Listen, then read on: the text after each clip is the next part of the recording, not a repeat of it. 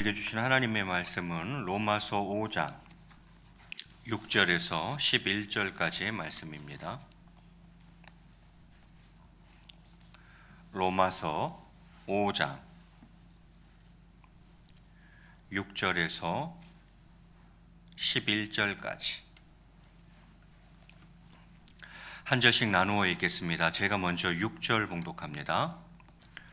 우리가 아직 연약할 때에 기약대로 그리스도께서 경건하지 않은 자를 위하여 죽으셨도다.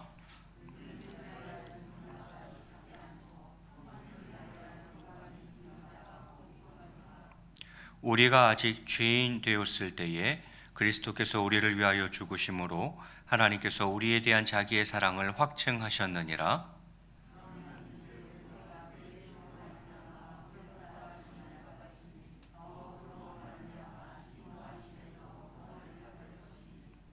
곧 우리가 원수 되었을 때에 그의 아들의 죽으심으로 말미암아 하나님과 화목하게 되었은즉 화목하게 된 자로서는 더욱 그의 살아나심으로 말미암아 구원을 받을 것이니라.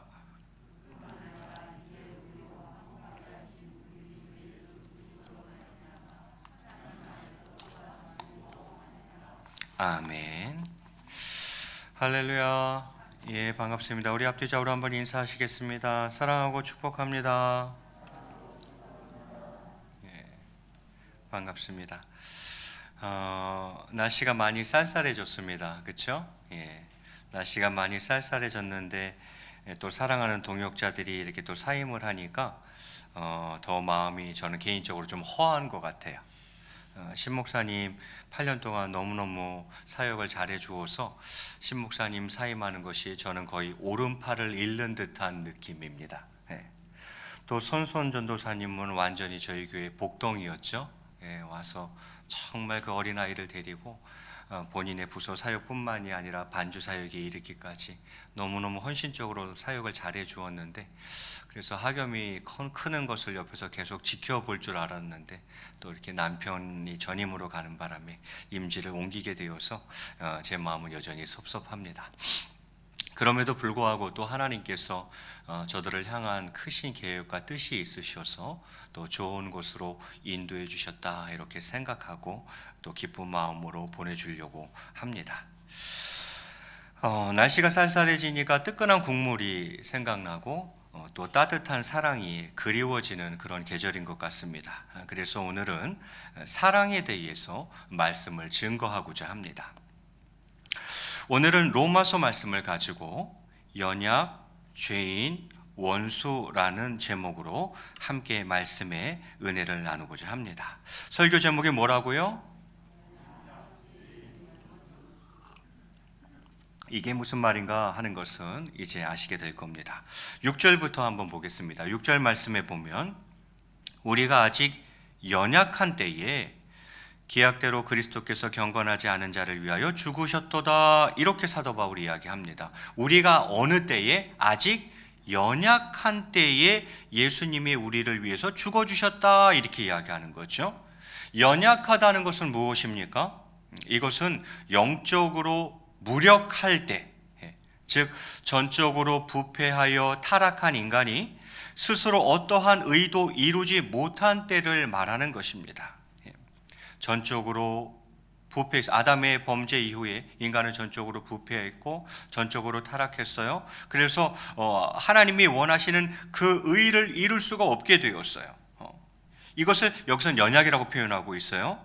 여기서 연약이라는 말은 우리가 예수님을 믿기 전에 육신에 속해서 선을 행하기에 무력했을 뿐만이 아니라 악을 대항하기에도 무력했던 것을 의미합니다. 예수님 만나기 전에 우리가 연약한 존재였다는 거예요.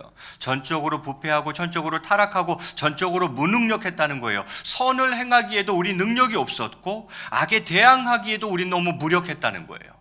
그렇게 우리는 연약한 존재였다, 사도 바울이 이렇게 이야기하는 거죠. 그런데 이런 때에, 우리가 아직 그렇게 연약한 때에 기약대로, 무슨 말입니까? 하나님의 정하신 때가 찼음을 말하는 거죠. 하나님의 섭리와 계획 속에 때가 참에 이제는 그리스도께서 경건하지 않은 자들을 위해서 죽어주셨다 이렇게 이야기하고 있어요. 그럼 여기서 말하는 경건하지 않은 자는 누구를 말하는 거겠어요? 금방 얘기한 연약한 자들을 말하는 거죠. 전적으로 부패하고 그 원죄 때문에 전적으로 부패하고 전적으로 타락하고 전적으로 무능력한 그 사람들, 선을 행할 능력도 없어졌고 악에 대항할 힘도 없고 하나님이 원하시는 그 의를 스스로는 이룰 수 없는, 구원에 도달할 수 없는 그 연약한 자들, 그 경건치 않은 자들을 위해서 예수님께서 죽어주셨다 이렇게 사도 바울이 이야기하고 있는 거죠. 여기서 말하는 연약한 자는, 6절에서 말하는 연약한 자는 8절의 표현대로라면 죄인으로 되어 있고 10절의 표현대로라면 원수로 되어 있어요. 하나님의 원수. 이렇게 표현이 되어 있어요. 6절에서는 연약한 자라고, 8절에서는 그를 죄인이라고, 10절에서는 그를 하나님의 원수라고 표현을 하고 있죠. 자, 그러면서 7절로 넘어갑니다. 7절에 보니까 의인을 위하여 죽는 자가 쉽지 않고 선인을 위하여 용감히 죽는 자가 혹 있거니와 이렇게 되어 있어요. 의인을 위하여 죽는 자가 쉽지 않고, 그렇죠, 쉽지 않죠. 그 사람이 의인이라 할지라도 그를 위해 죽어주는 일은 쉽지 않다 이 말이에요. 그 사람은 의인이에요. 그런데 내가 그 사람을 위해서 죽어줘? 그를 위해서 죽어주는 것이 쉽지 않다 이 말이죠. 또 선인을 위하여 용감히 죽는 자가 혹 있거니와, 혹 있을 수 있죠. 의인을 넘어서서 저는 서인이에요. 그 사람을 위해서 죽어주는 사람이 있을 수 있죠. 그러나 8절에 보세요. 그러나 우리가 아직 죄인 되었을 때에 그리스도께서 우리를 위하여 죽으심으로 하나님께서 우리에 대한 자기의 사랑을 확증하셨느니라 이렇게 이야기를 합니다. 헬라어 원문에서는 8절이 그러나라는 접속사로 시작되고 있습니다. 지금 개역 개정 성경에는 그 단어가 빠져 있는데 헬라어 원문에는 그러나 이렇게 되어 있어요. 무슨 말이에요? 의인을 위하여 죽는 자가 쉽지 않고 선인을 위하여 용감히 죽는 자가 혹 있을 수 있다. 그러나 예수님은 우리가 의인도 아니고 선인도 아닌 죄인인데 죽어주셨다 이 말이죠. 예수님의 죽으심을 그렇게 표현하는 거예요. 그 사람이 의인이라고 해도 그를 위해서 죽어주는 건 쉽지 않습니다. 그 사람이 의인을 넘어서서 선인이라 할지라도 그 사람을 위해서 죽어주는 사람 혹 있을 수 있을지 모르겠어요. 그러나 그 사람이 죄인이다? 그런데 그 사람을 위해서 죽어준다? 그런 사람은 없다 이거죠. 우리가 아직 죄인 되었을 때인데, 죄인 되었을 때에 예수님께서 우리를 위하여 죽으심으로 하나님께서 우리에 대한 자기의 사랑을 확증하셨다. 그리스도께서 우리를 위하여 죽으심으로 했을 때 위하여라는 단어는 원어로는 휘페르라는 단어를 써요. 휘페르. 이것은 다르게 번역이 가능해요. 대신하여 또는 때문에라고도 번역이 가능해요. 그러니까 이 말은 뭐예요? 그리스도께서 우리 때문에 죽으셨다는 거죠. 그리스도께서 우리를 대신하여 죽으셨다는 거죠.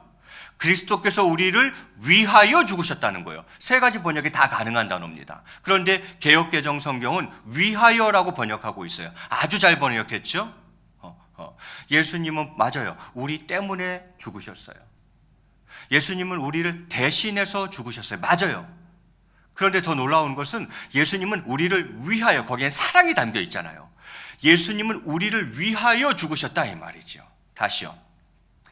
우리가 아직 죄인 되었을 때입니다. 우리가 선인도 아니야, 의인도 아니야, 죄인인데 죄인을 위해서 죽는 사람은 없다 이 말이죠. 그런데 우리가 아직 죄인 되었을 때 예수님께서 우리를 위하여 죽어주셨다는 거예요. 그러므로 말미암아 하나님께서 우리에 대한 자기의 사랑을 확증하셨다 이렇게 표현합니다. 하나님의 독생자, 하나님의 하나밖에 없는 아들이 죽으신 거죠. 그렇게 해서 하나님께서 우리에 대한 자기의 사랑을 확증하셨다는 것입니다. 봤지? 내 하나밖에 없는 아들이야. 그런데 너희가 아직 죄인 되었을 때에 내 아들이 그것을 위해서 죽어줬어. 너희를 위해서 죽어줬어. 그러니 내가 너희를 얼마나 사랑하는지 알겠지? 이 말이죠. 우리가 아직 죄인 되었을 때에 그리스도께서 우리를 위하여 죽으심으로 하나님께서는 우리를 향한 당신의 사랑을 그렇게 확실히 증거해 주셨다. 이렇게 사도 바울이 이야기하는 거죠. 여기서 이제 더 나아갑니다. 6절에서는 연약이라고 했고 8절에서는 죄인이라고 했어요. 그러면 이제 10절로 가면 어떻게 되어 있습니까? 10절 상반절에 곧 우리가 원수 되었을 때에 그의 아들의 죽으심으로 말미암아 하나님과 화목하게 되었다. 이렇게 이야기합니다. 우리가 원수 되었을 때에 그의 아들 누굽니까? 하나님의 아들 독생자죠. 예수 그리스도죠.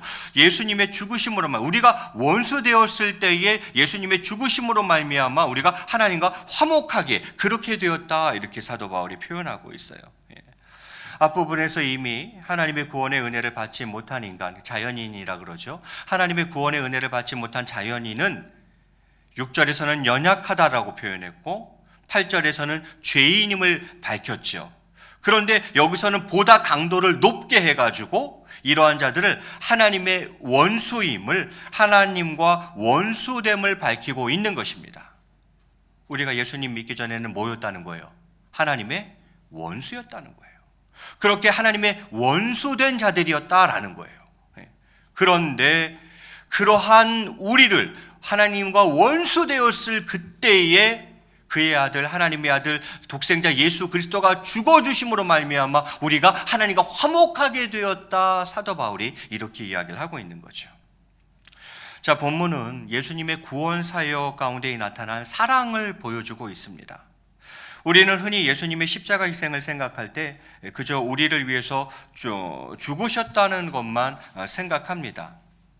그런데 오늘 본문 말씀을 보면 바울은 예수님께서 우리를 위해 죽으실 때의 그 정황을 점층적으로 매우 잘 소개해 주고 있습니다. 점층적이죠.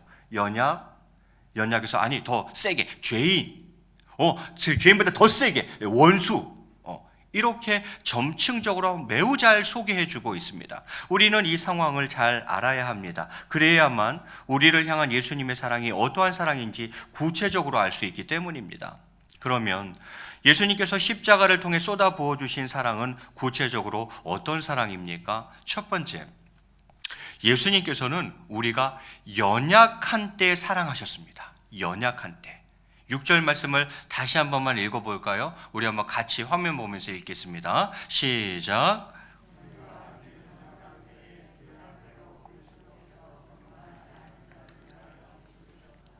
여기서 연약하다는 말은 금방도 설명드렸지만 스스로의 힘과 능력으로는 하나님이 요구하시는 의를 행할 수 없는, 그래서 결과적으로 구원받을 수 없는 전적으로 무능한 상태를 가리킵니다. 아까 말씀드렸죠. 전적으로 부패해서, 전적으로 타락해서, 전적으로 무능력해졌다고. 선을 행할 능력도 이제는 없고, 악에 대항할 힘도 없고, 스스로 하나님이 원하시는 그 의를 이룰 수도 없고, 그래서 스스로는 어떠한 힘과 노력으로도 그 능력으로도 구원을 얻을 수 없는 이런 전적인 무능력 상태를 연약이라고 했습니다. 우리 자신이 구원을 얻기 위해 무언가 조그만 선행이나 공로를 쌓을 수 있었다고 생각해 보십시오.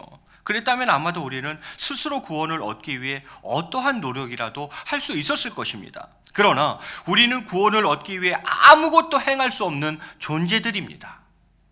마치 물에 빠져가지고 대책 없이 급류에 휩쓸려 가다가 결국 익사하거나 폭포수 아래로 떨어져 죽을 수밖에 없는 그런 절대절명의 위기 속에 놓여있던 존재들이었던 것입니다. 연약한 존재들이었어요. 전적으로 부패하고 전적으로 타락하고 전적으로 무능력한 자들이었다 말이죠. 절대 스스로 의를 획득할 수도 절대 스스로 구원할 수도 없는 그런 연약한 자들이에요. 근데 그 연약한 때에 예수님은 우리를 사랑해 주셨다는 거예요.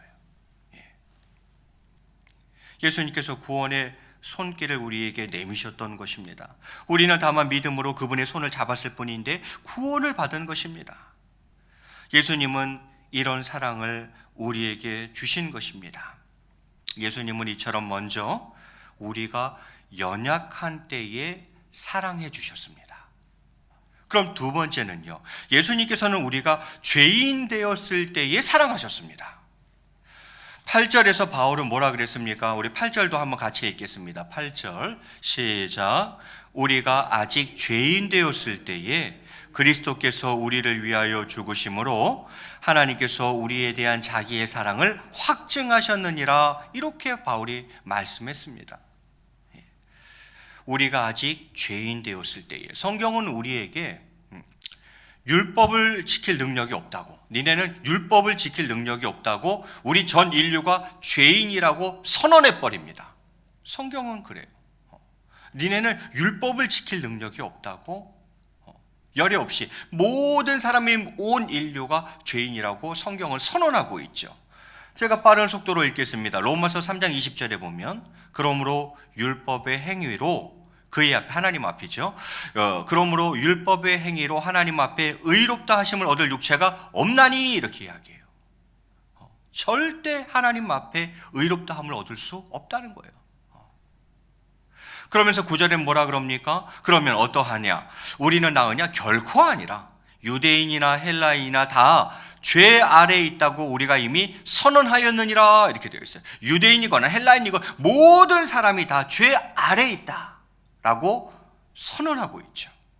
그리고 3장 10절, 로마서 3장 10절에 뭐라 그럽니까? 그래서 기록된 바 의인은 없나니 하나도 없다, 이렇게 이야기해요. 결국 이 말은 무슨 말입니까? 모두가 다 죄인이라는 거죠. 모두가 다 죄인 되었다고 성경은 말씀하고 있어요. 그러면 죄인은 어떻게 해야 합니까? 그에 대한 응당한 대가를 치러야 합니다. 그것이 율법의 요구죠. 그런데 오히려 그러한 죄인들을 위해서 예수님께서 죽어주셨다는 것입니다. 우리가 어느 때에, 아직 죄인이었을 때에, 죄인 되었을 때인데, 근데 예수님이 우리를 위해서 죽어주셨다는 거예요. 성도 여러분, 7절의 바울의 표현대로 세상에는 의인과 선인을 위해 대신 죽는 자도 많지 않습니다. 그 사람이 의인이에요? 그럼 여러분 그 사람을 위해서 죽어줄 수 있어요? 없어요. 그 사람이 의인이라 할지라도 내가 죽어줄 수는 없어요. 그 사람이 의인을 넘어선 선인까지, 선인이에요? 그럼 모르겠어요. 혹시 누가 한두 사람 죽어주겠다고 할 사람 있을지 모르겠어요. 그런데 그 사람이 죄인인데 죽어줘요? 그건 아니죠. 그런데 더구나 죄인을 위해 죽어주는 이가 어디에 있겠습니까? 여러분은 이러한 예수님의 사랑을 깊이 생각해 본 적이 있으십니까? 우리는 바로 죄인 된 자로서 이러한 과분한 사랑을 예수님께 받은 자들인 것입니다. 그렇습니다. 예수님께서는 우리가 죄인 되었을 때에 사랑해 주셨습니다. 우리가 연약한 때에 우리를 사랑해 주셨고, 우리가 의인도 아니요 선인도 아닌데 죄인 되었을 때인데 그때 우리를 사랑해 주셨다는 거죠. 그럼 마지막은 무엇입니까? 예수님께서는 우리가 원수 되었을 때에 사랑하셨습니다. 로마서 5장 10절 상반절에 보면, 우리 화면 보면서 마지막으로 한번 같이 읽겠습니다. 시작. 곧 우리가 원수 되었을 때에 그의 아들의 죽으심으로 말미암아 하나님과 화목하게 되었은즉, 이렇게 이야기해요. 우리가 뭐 되었을 때요? 원수 되었을 때예요. 그런데 하나님의 아들 예수님의 그 죽으심으로 말미암아 우리가 감히 하나님과 화목하게 되었다, 이렇게 바울이 표현을 하고 있죠. 이것은 죄인의 상태를 훨씬 더 구체적으로 끄집어내 보이며 설명하는 말씀이죠. 우리가 죄인 되었을 때에 하나님께서 영접해 주셨다니까 무슨 일반적인 절도범이나 강도범을 대통령이 사면해 준 정도로 생각하십니까? 천만의 말씀입니다. 여기서 말하는 죄인이라는 건 뭐예요? 곧 하나님과 원수된 상태의 죄인을 말하는 것입니다. 하나님과 원수였다, 이 말이에요. 말하자면 절대 공의로우시고 불의를 용납치 않으시는 하나님의 거룩한 뜻을 정면으로 어기고 거스리는 거죠. 그럼으로써 하나님과 원수가 되었다는 것입니다. 예수님 믿기 전에 우리가 그런 존재였다는 거예요. 연약한 존재 맞죠? 연약한 존재였죠. 죄인 맞죠? 우리가 죄인이었죠. 그 정도 수준이 아니라, 죄인 정도의 수준이 아니라 하나님과 원수된 자였다라는 거죠. 하나님은 공의의 하나님이시죠. 불의가 없으시죠. 절대 공의로우시고 불의를 절대 용납치 아니하시는 그 거룩하신 하나님, 또 그 거룩하신 하나님의 뜻에 우리는 정면으로 도전했던 자들이라는 거죠. 그것을 정면으로 어기고 거스렸던 자들이라는 거죠. 그래서 하나님과 원수가 되었던 자들이라는 거죠. 죄의 종노릇하고 사단의 하수인으로 살았던 자들이라는 거죠. 이렇게 하나님과 원수였던 우리였는데, 그런 때에 예수님이 우리를 사랑해 주셨다는 거예요. 놀랍지 않습니까? 예수님께서 그러한 원수인 우리를 위해 죽어주셨던 것입니다. 성도 여러분, 예수 그리스도의 사랑의 실체를 바로 아시기를 원합니다. 그렇습니다. 예수님께서는 우리가 당신의 원수 되었을 때에 사랑해 주셨던 것입니다. 정리해 보겠습니다. 예수님의 사랑을 저는 오늘 세 가지로 정리하고 싶습니다. 첫 번째는 무엇이었습니까? 예수님께서는 우리가 연약한 때에, 전적으로 부패하고 전적으로 타락하고 전적으로 무능력한 때죠. 선을 행할 능력도 우리에겐 없었고 악에 대항할 힘도 우리에겐 없었고 스스로의 힘과 능력으로는 하나님이 요구하시는 의를 행할 수도 없었고, 그래서 구원받을 수 없었던 연약한 때에 예수님은 우리를 사랑해 주셨죠. 두 번째는요, 예수님께서는 우리가 죄인 되었을 때에, 의인도 아니요 선인도 아니요 죄인인데, 그런데 그 죄인 되었을 때에 우리를 사랑해 주셨죠. 마지막은요, 예수님께서는 우리가 원수 되었을 때에, 예수님께서는 심지어 우리가 하나님의 원수였을 때에 사랑해 주셨습니다. 자, 그러면 우리의 사랑은 어떠해야 하겠습니까? 우리의 사랑은 어떠해야 하겠습니까? 오늘 말씀대로라면 연약한 때에, 상대가 연약해도 이 말이죠. 상대가 전적으로 부패했어요. 상대가 전적으로 타락했어요. 상대가 전적으로 무능력해요. 연약하죠. 그 사람은 선을 행할 능력도 없고 악에 대항할 힘도 없는 사람이에요. 스스로 의를 이룰 수도 없고 스스로 구원을 얻을 수도 없는 사람이에요. 그렇게 연약한 사람이에요. 상대가 연약해도. 두 번째는 뭐예요? 죄인 되었을 때에 상대가 죄인이어도, 상대가 의인이 아니네, 상대가 선인이 아니네, 상대가 죄인이어도,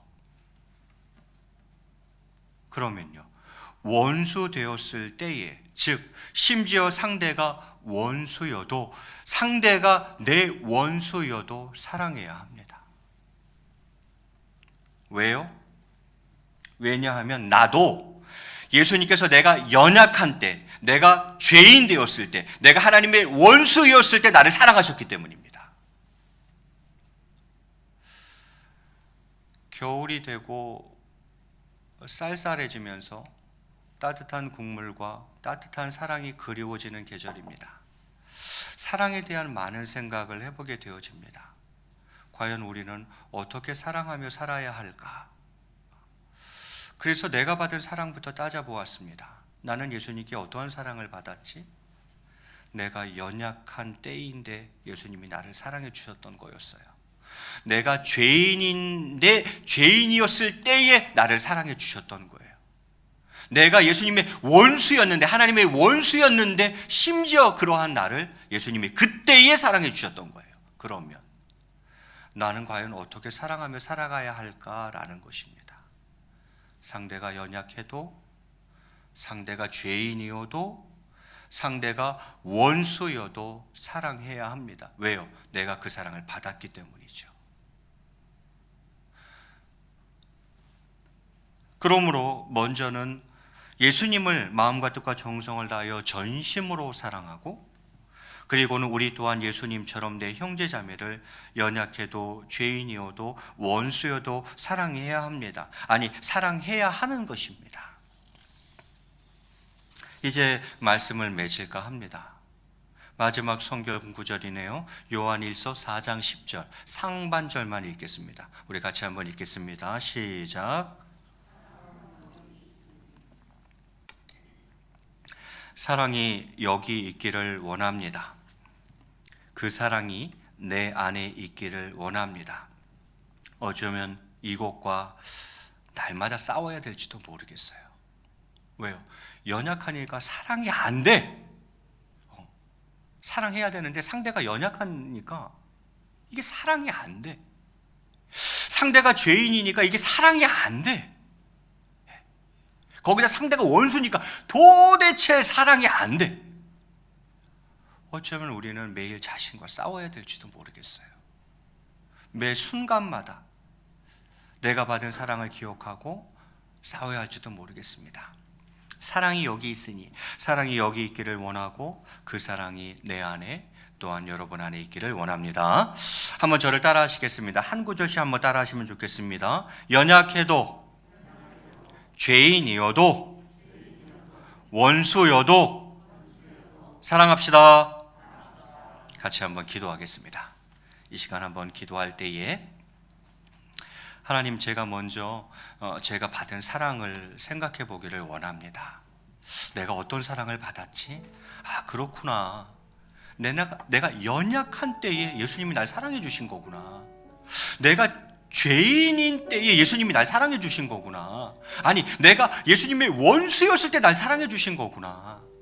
그 사랑을 다시 한번 곱씹으며, 쉽지 않고 잘 안 되지만 내가 받은 그놈의 사랑 때문에 내가 또 누군가를, 그 사람이 연약해도, 그냥 그 사람이 죄인이어도, 심지어는 그 사람이 내 원수여도 사랑해 보겠노라고 다시 결단하며 나아갈 수 있도록 은혜를 베풀어 주옵소서. 우리 주님이라 한번 크게 부르시고 자신에게 기도합니다. 주여, 사랑과 은혜가 풍성하신 하나님 아버지, 오늘 사랑에 대해서 저희들 다시 한번 묵상해 보았습니다.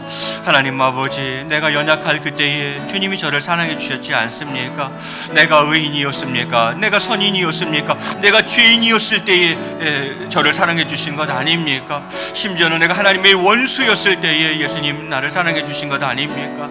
하나님 아버지, 다시 한번 그 사랑을 기억하고 그 사랑을 묵상하고 그 사랑을 곱씹으며 내가 과연 어떻게 살아야 하는지, 또 어떻게 사랑하며 살아야 되는지를 돌아보게 하시니 감사합니다. 상대가 연약하여도, 또 상대가 죄인이어도, 상대가 원수여도 사랑하며 살아갈 수 있도록 역사하여 주시옵소서. 사랑은 여기 있으니 하나님 아버지, 사랑이 여기 있기를 원하고 그 사랑이 내 안에 또 우리 안에 있기를 원하오니 하나님 아버지, 그 사랑을 허락하여 주시옵소서. 우리 안에 그 사랑이 충만하기를 원합니다. 온 청 베풀어 주시옵소서. 주님께서 함께 해주실 줄로 믿습니다. 역사하여 주시옵소서. 주님 도와주시옵소서.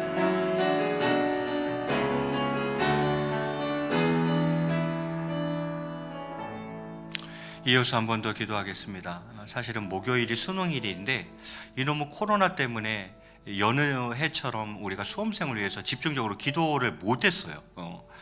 애들이 공부하는, 코로나 중에 공부하느라고도 너무 힘들었고, 더 안타까운 것은 그래도 한 달 전부터 교회가 수험생들을 위해서 기도했는데 이놈의 코로나 때문에 모여서 함께 기도도 못 해봤네요. 어쨌든 돌아오는 목요일날 6명의 아이들이 시험을 봅니다. 6명은 이렇습니다. 저희 집 큰딸아이가 이번에 수능을 보고요. 그리고 이광범, 김현숙 집사님 큰딸아이 다은이가 요번에 시험 보고, 그리고 또 누구야, 박종철 안수 집사님의 큰아들이 요번에 수능을 봐요.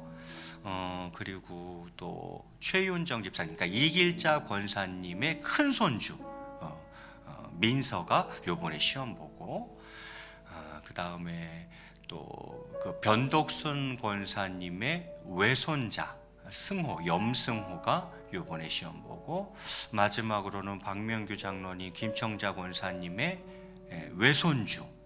외손주가 요번에 시험을 봅니다. 연준이. 이렇게 6명이 시험을 봐요. 그래서 이 시간에는 한번 우리 수험생들을 위해서 기도했으면 좋겠습니다.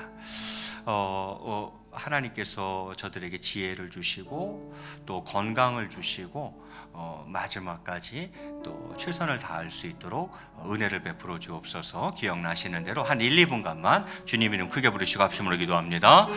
주여, 사랑과 은혜가 풍성하신 하나님 아버지, 이 시간 잠시지만 우리 사랑하는 자녀들을 위해서, 또 특별히 수험생을 위해서 이 시간 기도하기를 원합니다. 하나님 아버지, 정말 저들을 기억해 주시기를 원합니다. 지금까지 함께해 주신 은혜를 먼저 감사를 드립니다. 또 12년 동안 공부할 수 있는 복을 주신 것을 감사를 드립니다. 이제 저희들이 수능을 치르게 될 터인데에 하나님 지혜와 명철을 허락해 주시고 또 목요일까지 좋은 컨디션을 유지할 수 있도록 건강의 복도 주시고, 하나님 아버지 정말 저희들이 시험장을 나오는 그 순간까지 성실함으로 최선을 다할 수 있도록 주님께서 꼭 역사해 주시기를 원합니다. 두렵고 떨리는 마음 가운데 담대함을 허락하여 주시고, 저희들 끝까지 기도의 끈을 놓지 아니하고 나 자신을 의지하는 것이 아니라 무릎 꿇고 기도하면서 주님을 의지하고 하나님의 은혜를 구하며 이 시간을 감당해 나갈 수 있도록 역사하여 주시옵소서. 하나님 아버지 시험을 치르는 이 땅의 모든 수험생들을 기억해 주시고 정말 저희들 위해 하나님의 풍성한 은혜가 임하기를 소원합니다. 아버지 역사하여 주시옵소서. 또한 지금까지 수험생들을 돌보느라 수고한 모든 부모님들과 또 저희들 가족 가운데에도 은혜를 베풀어 주시기를 원합니다. 하나님 아버지 마지막 순간까지 오직 주님을 의지하고 하나님의 은혜를 간구하며 나아가오니 하나님 아버지 좋은 결과들을 저희들 가운데 허락하여 주시옵소서. 때로는 나의 뜻과 맞지 않는다 할지라도 하나님의 더 크신 계획과 뜻이 있는 줄로 믿고 아멘하며 나아갈 수 있는 믿음의 아들 딸들 다 될 수 있도록 주님은 총 베풀어 주시기를 원합니다. 하나님 아버지 이제 정말 며칠 남지 아니하였습니다. 하나님께서 저희들을 잘 인도하여 주시고 정말 하나님의 은혜 가운데 이 힘들고 어려운 시간들을 잘 감당했노라 고백하며 찬양하며 간증할 수 있는 우리 아들 딸들 되게 도와주시기를 원합니다. 오 하나님 아버지 역사하여 주시옵소서. 은혜 베풀어 주시고 인도해 주시옵소서. 그렇게 행해 주실 줄로 믿습니다. 오 하나님 아버지 역사하여 주시옵소서. 은혜 베풀어 주시옵소서.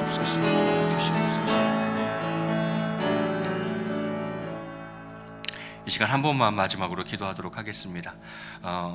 지금까지 마음껏 또 사역했던 교회를 등 뒤로 하고 또 하나님이 펼쳐 보이시는 새로운 사역의 장으로 달려나아가는 우리 두 분의 교육자를 위해서 한번 기도했으면 좋겠습니다. 우리 신대원 목사님, 또 김민경 사모님, 여긴 아들만 셋이죠. 예성이, 예준이, 예건이 아이들을 기억하며 기도해 주시고, 우리 손선 전도사님 남편분 이종화 목사님이시고요. 여기 아들 하나죠. 하겸이. 하나님 저희의 가정을 축복하시고 저희의 사역을 축복해 주시고 저들을 통해서 섬기는 교회가 큰 복을 받을 수 있도록 두 손 들어 축복하여 주시옵소서. 특별히 각 가정에 어린 자녀들이 있습니다. 주 안에서 언제나 건강하고 밝고 맑게 잘 자라갈 수 있도록 주님 은혜를 더하여 주시옵소서. 우리 한 번만 더 한 1, 2분간만 주님 이름 한번 크게 부르시고 합심으로 기도합니다. 주여, 사랑과 은혜가 풍성하신 하나님 아버지, 이 시간 신 목사님과 우리 손 전도사님을 위해서 기도합니다. 지금까지 정들었던 동원교회를 이제 뒤로 하고 하나님의 부르심에 힘입어 새로운 사역의 장으로 달려나아가고자 합니다. 하나님께서 지금까지 수고한 그 노고를 기억해 주시고 하나님께서 하늘의 상급으로 정말 갚아주실 줄로 믿습니다. 하나님 아버지, 우리 또 사모님, 또 사랑하는 남편 다 건강하게 하시고 저희들 가정의 어린 자녀들 하나님께서 일일이 기억해 주시어서 저희들이 늘 영육간의 강건한 삶을 살아갈 수 있도록 역사하여 주시옵소서. 오직 예수님만 주인으로 모시고 살아가는 가정, 오직 하나님 앞에 큰 영광 올려드리는 사역자 가정 될 수 있도록 주님 역사해 주시기를 원합니다. 하나님 아버지, 어린 자녀들 정말 주님 안에서 언제나 밝고 맑고 건강하게 자라가를 도와주시고 정말 말씀으로 기도로 믿음으로 잘 양육하여 하나님께 귀하게 쓰임받는 아들 딸들 다 되게 도와주시기를 원합니다. 또한 이 시간 바라옵기는 저희의 사역을 축복해 주시어서 많은 사람을 옳은 대로 인도하는 정말 사람의 종이 아니라 하나님의 종으로 살아갈 수 있는 저희들 되게 도와주시고, 또 저희들의 사역을 통하여서 정말 저희의 가정이 복을 받고 저희의 사역을 통하여 섬기는 교회가 복을 받고 저들이 섬기는 모든 영혼들이 복을 받을 수 있도록 주님 축복해 주시기를 원합니다. 하나님 아버지, 망망대해를 향해 배를 띄우는 심령으로 하나님 아버지 사역의 발걸음을 옮깁니다. 두려운 마음 가운데 강하고 담대하게 하시고 새로운 소망과 꿈과 비전을 가지고 힘차게 달려나가는 저희들에게 도와주시옵소서. 주님께서 저희들을 축복해 주실 줄로 믿습니다. 선한 길로 인도해 주실 줄로 믿습니다. 저희들 가는 길에 시온의 대로를 활짝 열어주시고 하나님 아버지 홀로 영광 거두어 주시옵소서. 주님께서 축복해 주실 줄로 믿습니다. 오 하나님 아버지, 역사하여 주시옵소서. 인도하여 주시옵소서.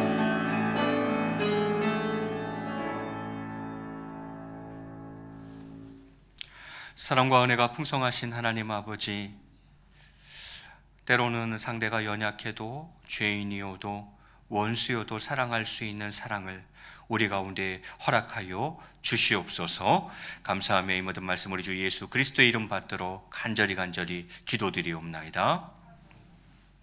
이제는 우리 주 예수 그리스도의 놀라우신 은혜와 성부 하나님의 극진하신 사랑과 성령님의 교통하심과 감화 감동 위로 충만하신 은혜가 오늘 말씀을 통하여서 내가 받은 사랑 때문에 그 사랑으로 또한 사랑하며 살아가기로 이 시간 마음속에 굳게 결단하는 사랑하는 성도님들의 심령 위에와 사랑하는 수험생들과 신목사님 가정, 손손전도사님 가정 위에 이제로부터 영원토록 함께 계실지어다. 아멘.